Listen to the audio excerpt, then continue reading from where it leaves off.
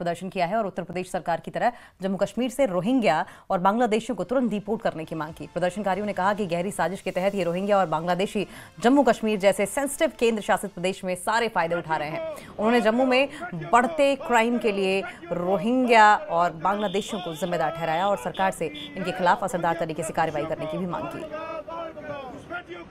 आप चाहते हैं कि यहाँ पे भी रोहिंग्या बांग्लादेशी को जो है वो निकाला जाए। भारत माता की बिल्कुल सही है। देखिए, जिसको जो हक है वो उसको मिलना चाहिए। हमें जम्मू कश्मीर वालों को हक है कि हमारे लोगों को अपना रोजगार हो, काम काज हो, अपना जो है घर, अपना रहने का उनके पास जगह हो। लेकिन उनको बाहर से मेहमान बना के यहाँ बिठा दिया, घर इनको दे रहे हैं, बोर्ड की जो है इनको पावर इनको यहाँ पे दे दी है, नौकरियां इनको दे दी है, यहाँ पे रेडी फड़ियां ये लगा रहे हैं, डिपार्टमेंट के अंदर ये काम कर रहे हैं, चोरी भी ये कर रहे हैं, क्राइम भी ये कर रहे हैं। लेकिन जिस तरीके से योगी जी ने यूपी के अंदर काम किया, वैसे जम्मू कश्मीर के अंदर हम लागू कराना चाहते हैं कि ऐसा ही यहाँ पे मुहिम शुरू हो और रोहिंग्या बांग्लादेशियों को यहाँ से बाहर निकाला जाए और अपने लोकल लोगों को जो है यहाँ पे काम मिले और उनको अपना अच्छा तरीके से जो है रह सके, क्राइम फ्री हो, यहाँ से नशा मुक्त करने की जो बात करते हैं, ये काफी चीजें हैं जो उनके थ्रू यहाँ पे होती हैं। आपको लगता है इनको बसाने में साजिश थी?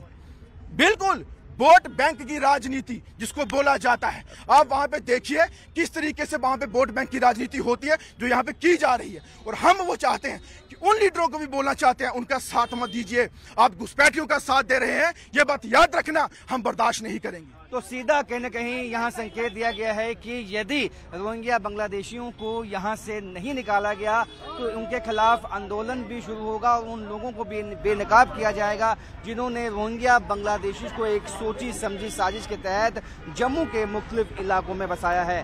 कैमरामैन सादा भट्ट के साथ राजन वैद, न्यूज़ 18 जम्मू।